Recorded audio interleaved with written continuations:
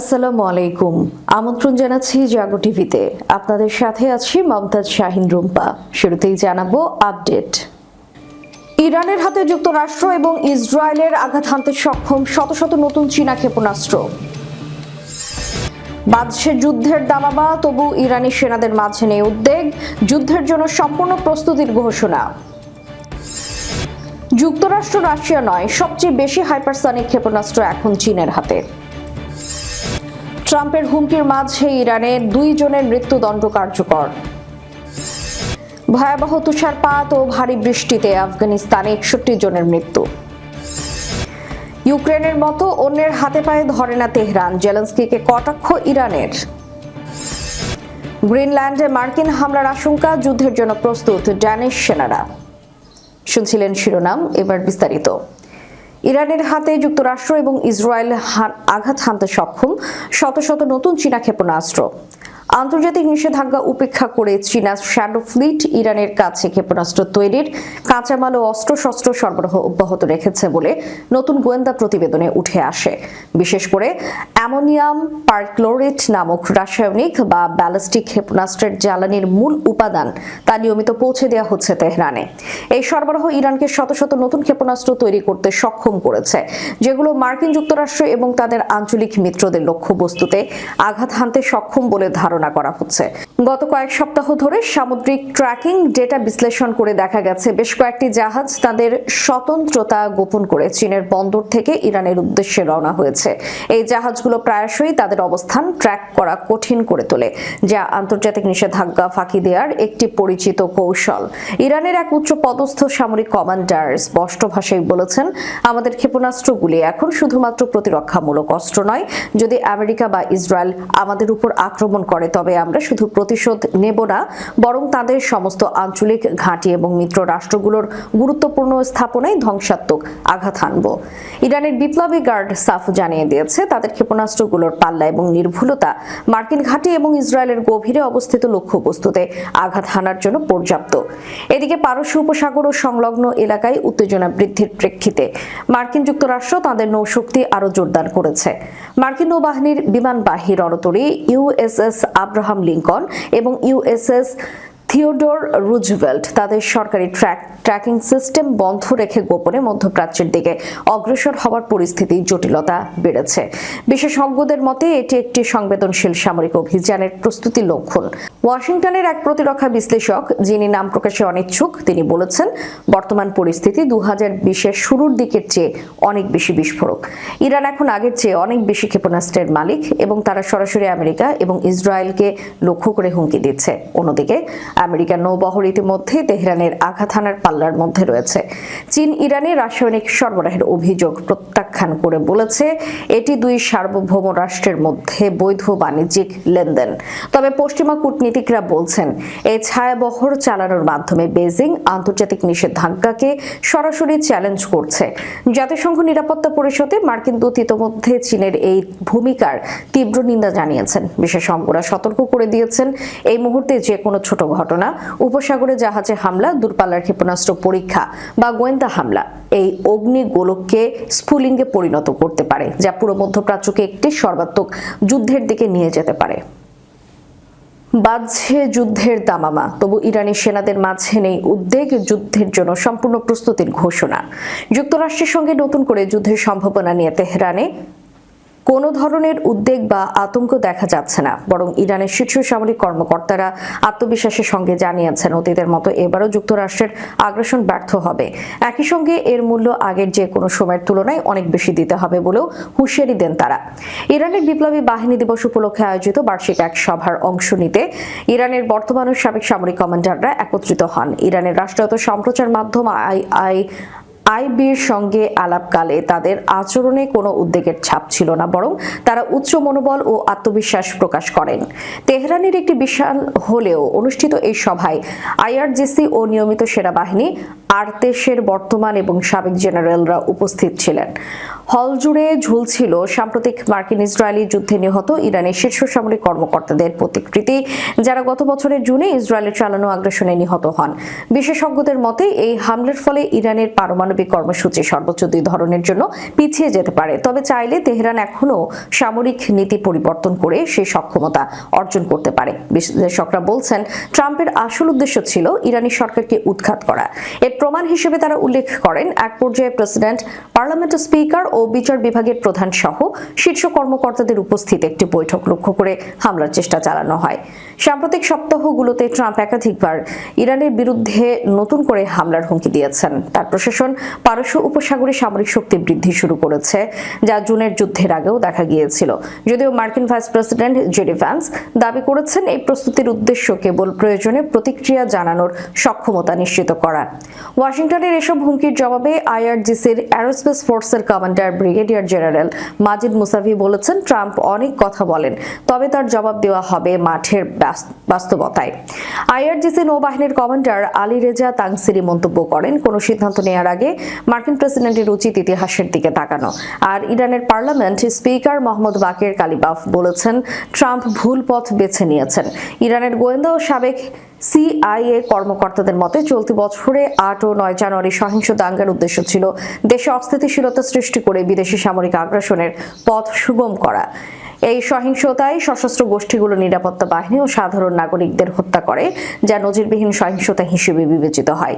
এছাড়া ইরানের নিরাপত্তা প্রধান আলী লারিজানি আগেই সতর্ক করে বলেছেন, নতুন যুদ্ধে ইরান সরাসরি মার্কিন সেনাদের লক্ষ্যবস্তু করবে, যা আগের সংঘাতে করা হয়নি। পশ্চিম এশিয়ায় বর্তমানে প্রায় 40 থেকে 50 হাজার মার্কিন সেনা মোতায়েন রয়েছে, যারা ইরানের শত শত ক্ষেপণাস্ত্র ও ড্রোন হামলার আওতায় রয়েছেন।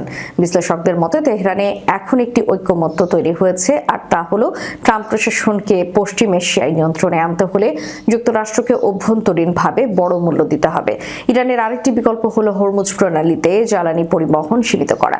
চলতি মাসে পার্লামেন্টের স্পিকার কালিবাফ এই সম্ভাবনার কথা উল্লেখ করেন।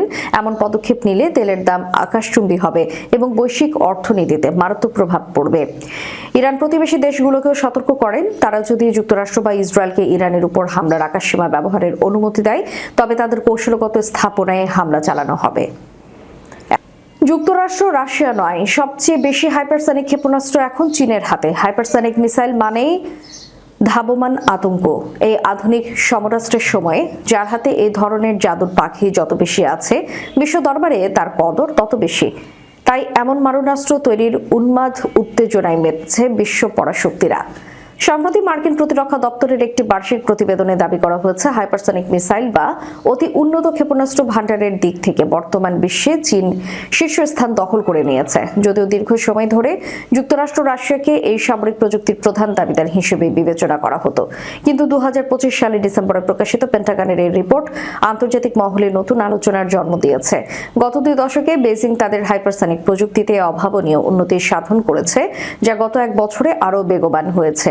বর্তমানে দেশটির কাছে প্রচলিত এবং পারমাণবিক উভয় ধরনের হামলার উপযোগী হাইপারসনিক মিসাইলের এক বিশাল ভান্ডার রয়েছে।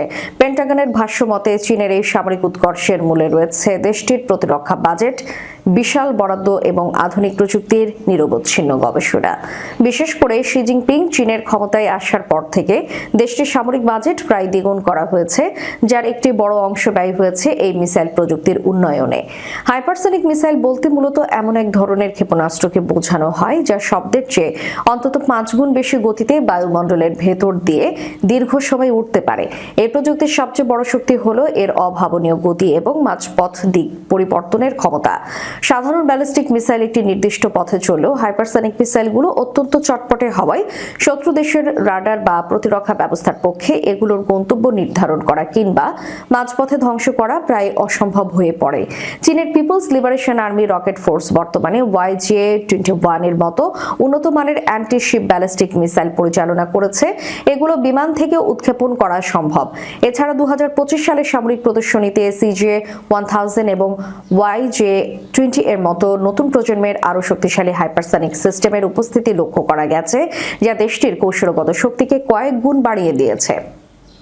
মার্কিন প্রেসিডেন্ট ডোনাল্ড ট্রাম্পের কঠোর হুঁশিয়ারির মাত্র কয়েকদিনের মাথায় দুই ব্যক্তির মৃত্যুদণ্ড কার্যকর করেছে ইরান। শনিবার ভোরে এই দণ্ড কার্যকর করা হয়। 2023 সালে একটি তীর্থযাত্রীবাহী বাসে বোমা হামলার অভিযোগে তাদের এই শাস্তি দেওয়া হয়েছে বলে জানিয়েছে দেশটির রাষ্ট্রীয় গণমাধ্যম। মৃত্যুদণ্ডপ্রাপ্ত দুই ব্যক্তি হলেন অনামেশ কারভানচি এবং আরসালান শেখি।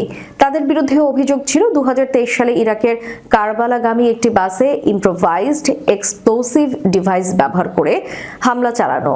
ওই হামলায় 2 বছরের কম বয়সী এক শিশু নিহত এবং বেশ কয়েকজন আহত হন।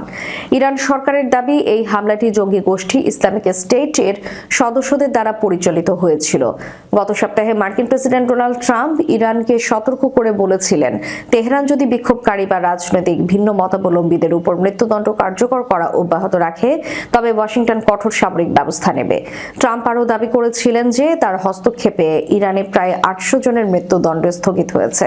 তবে ইরানের বিচার বিভাগ ও শীর্ষ প্রসিকিউটর ট্রাম্পের এই দাবিকে সম্পূর্ণ মিথ্যা বলে প্রত্যাখ্যান করেছেন। ইরানের পক্ষ থেকে জানানো হয়েছে তাদের বিচার ব্যবস্থা অভ্যন্তরীণ আইন ও সন্ত্রাস বিরোধী নীতিমালা অনুযায়ী পরিচালিত হয় এবং এখানে বাইরের কোনো হস্তক্ষেপের সুযোগ নেই। মানবাধিকার সংস্থাগুলোর তথ্য মতে সাম্প্রতিক সময়ে ইরানে মৃত্যুদণ্ড কার্যকরের হার আশঙ্কাজনকভাবে বেড়েছে। হিউম্যান রাইটস ওয়াচ, HRW এবং ইরান হিউম্যান রাইটস এর মতো সংস্থাগুলো জানিয়েছে 2025 সালের প্রথম 4 মাসেই গত বছরের তুলনায় মৃত্যুদণ্ডের হার 75% বৃদ্ধি পেয়েছে। চলতি মাসে দেশ জুড়ে চলা বিক্ষোভে দমনপীড়নের ফলে নিহতের সংখ্যা 5000 ছাড়িয়েছে বলেও অ্যাক্টিভিস্টরা দাবি করেছেন। এদিকে মধ্যপ্রাচ্যে মার্কিন বিমানবাহী রণতরী মোতায়েন এবং সামরিক শক্তি বৃদ্ধির পরিপ্রেক্ষিতে ইরানও তাদের অবস্থান শক্ত করেছে। এক শীর্ষ ইরানি কর্মকর্তা নাম প্রকাশ না করার শর্তে জানিয়েছেন, ইরানের উপর যে কোনো ধরনের আক্রমণকে তারা সর্বাত্মক যুদ্ধ হিসেবে বিবেচনা করবেন এবং এর কঠোর জবাব দেবেন। বর্তমানে এই অঞ্চল জুড়ে চরম উত্তেজনা বিরাজ করছে এবং ইরান তাদের সামরিক বাহিনীকে উচ্চ সতর্কতায় রেখেছে। ভয়াবহ তুষারপাত এবং ভারী বৃষ্টিতে 3 দিনে আফগানিস্তানে 61 জনের মৃত্যু হয়েছে। গত বুধবার থেকে শুক্রবারের মধ্যে দেশটির মধ্য ও উত্তরাঞ্চলীয় প্রদেশগুলোতে এসব প্রাণহানি ঘটে। শনিবার আফগানিস্তানের জাতীয় দুর্যোগ ব্যবস্থাপনা কর্তৃপক্ষ এই তথ্য জানায়।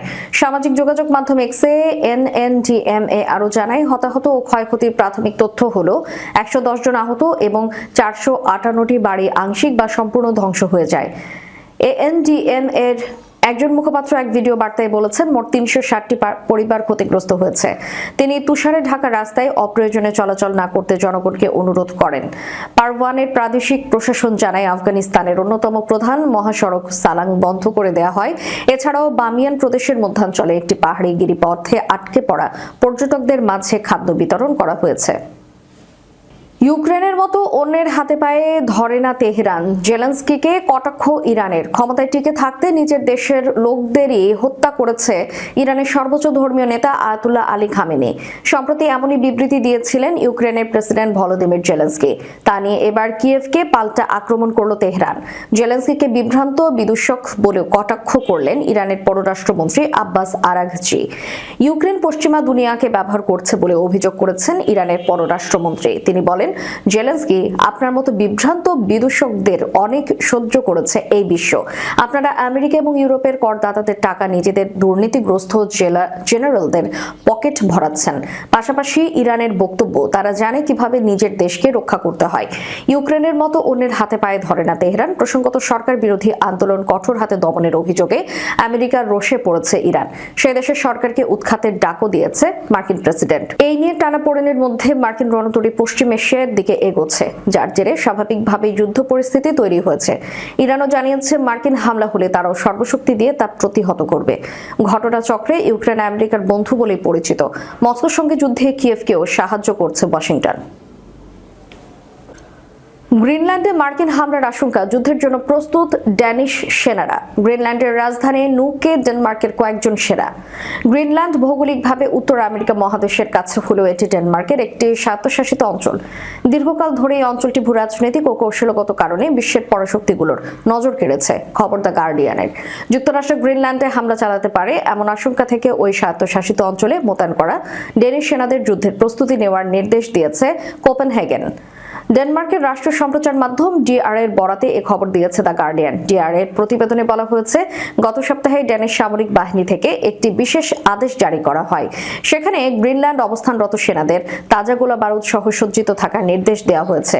মূলত ডেনমার্কের এই স্বায়ত্তশাসিত ভূখণ্ড মার্কিন আক্রমণের সম্ভাব্য হুমকি মোকাবিলা করতেই এমন সতর্ক অবস্থান নেওয়া হয়।